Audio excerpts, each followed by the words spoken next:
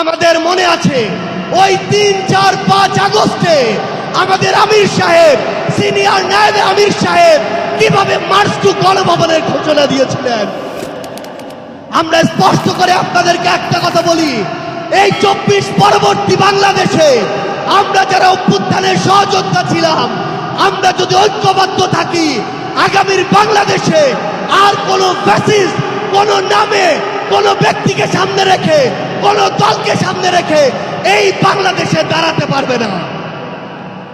এখন জনগণের সামনে আমাদের দৃষ্টান্ত স্থাপন করতে হবে। আমরা আমাদের কাজের মাধ্যমে প্রত্যেকটি ক্ষেত্রে যেন সেই দৃষ্টান্ত স্থাপন করতে পারি। আজকে যখন আমি আসছিলাম, রাস্তার আশেপাশের প্রত্যেকটি মোড়ে আমার ইসলামী আন্দোলন বাংলাদেশের সহযোদ্ধারা ট্রাফিকিং এর কাজ করছে। এটাই হচ্ছে দৃষ্টান্ত যে আমরা কাজ করব, আমাদের রাজনৈতিক সমাবেশ করব, একই সাথে জনগণের যেন দুর্ভোগ না হয় সেটাও আমাদের মাথায় থাকবে।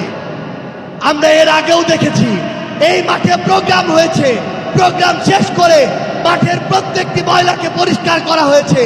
এটাই হচ্ছে আগামীর বাংলাদেশের দৃষ্টান্ত যে আমাদের যারা সাময়িক যদি কোনো সমস্যা হয়, আমরা আবার ঐক্যবদ্ধভাবে সেই সমস্যার সমাধান করব।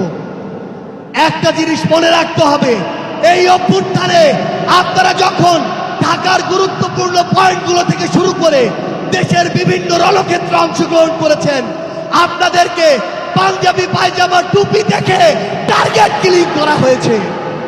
আমার মাদ্রাসার অসংখ্য ভাই এই টার্গেট কিলিং এর শিকার হয়েছে। আগামীর বাংলাদেশে কেউ যেন কাউকে ট্যাগিং করে টার্গেট কিলিং এর শিকার না করতে পারে সে বিষয়ে আমাদের ঐক্যবদ্ধ থাকতে হবে। আমরা সংস্কার, বিচারকে সামনে রেখে আমাদের এই লড়াই করছি। আপনারা পিআরের কথা বলেছেন, এই যে পিআর, আগামীর বাংলাদেশের সংসদে আমরা যদি আসলেই জনগণের প্রতিনিধিত্ব চাই, তাহলে আগামীতে এই পিআর নিয়ে আমাদের আরো জোরে সোরে ভাবতে হবে।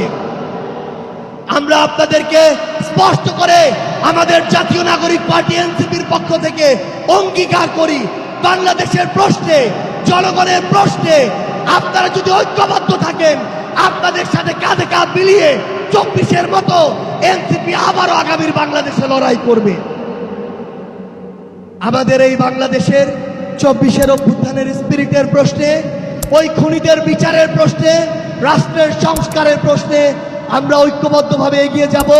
আমরা যতদিন ঐক্যবদ্ধ থাকব, ততদিন এই বাংলাদেশে আর কোনো হাসিনা মাথা উঁচু করে দাঁড়াতে পারবে না। ইনশাআল্লাহ আপনাদের সাথে আমাদের আবারও দেখা হবে রাজপথের লড়াইয়ে অথবা বিজয়ে। ততদিন পর্যন্ত সত্যের সাথে থাকবেন, ন্যায়ের সাথে থাকবেন। যত বড় খুনি, যত বড় সাহসী, যত বড় নেতাই ফ্যাসিস্ট হয়ে ওঠার চেষ্টা করুক না কেন, আমরা ঐক্যবদ্ধভাবে তাদেরকে প্রতিহত করবো ইনশাআল্লাহ। ইনকিলাব জিন্দাবাদ।